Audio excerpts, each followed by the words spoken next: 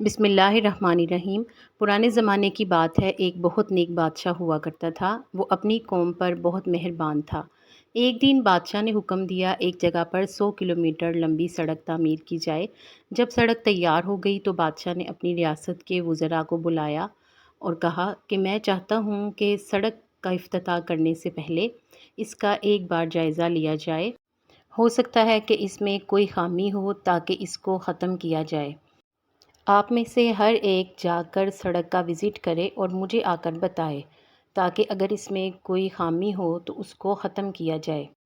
اگلے دن صبح سارے وزراء سڑک کی جانب چل پڑے اور ہر ایک نے اپنے اپنے طریقے سے اس کا جائزہ لیا۔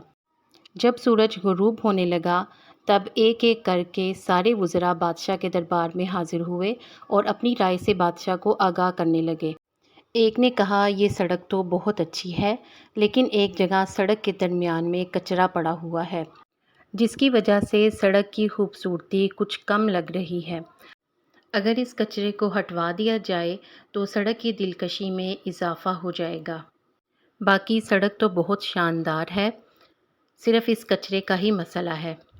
اسی طرح دوسرا وزیر بھی بادشاہ کے دربار میں حاضر ہوا اور اس نے بھی وہی جملے دہرائے کہ سڑک بہت اچھی ہے لیکن کچرا پڑا ہوا ہے۔ اسی طرح ہر ایک نے اپنی اپنی تجویز دی۔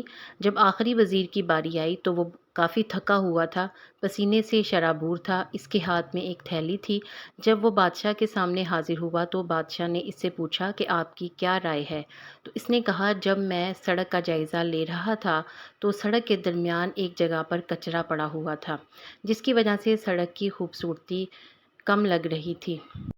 تو میں نے سوچا کہ اس کچرے کو ہٹا دیا جائے تاکہ سڑک کی خوبصورتی میں اضافہ ہو، اور وہ مجھے کچھ اچھا نہیں لگ رہا تھا، لہٰذا میں نے کچرے کو سڑک سے ہٹا دیا اور وہ جگہ صاف کر دی۔ اسی دوران مجھے وہاں سے یہ تھیلی ملی، نہ جانے کس کی ہے۔ جب بادشاہ نے یہ ساری بات سنی تو وہ مسکرانے لگا اور کہا کہ یہ کچرا میں نے خود ہی رکھوایا تھا اور اس کے نیچے یہ تھیلی بھی۔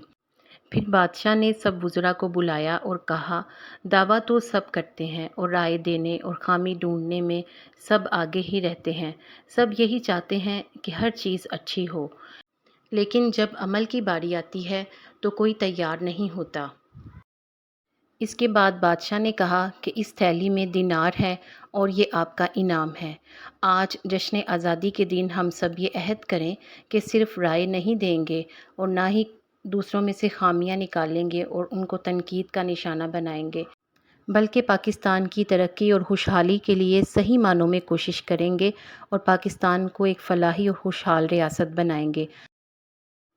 پاکستان سے محبت کرنے والے افراد اس ویڈیو کو لائک ضرور کریں، شیئر بھی کریں اور چینل کو سبسکرائب بھی کرتے جائیے گا۔ ویڈیو کو دیکھنے کا شکریہ۔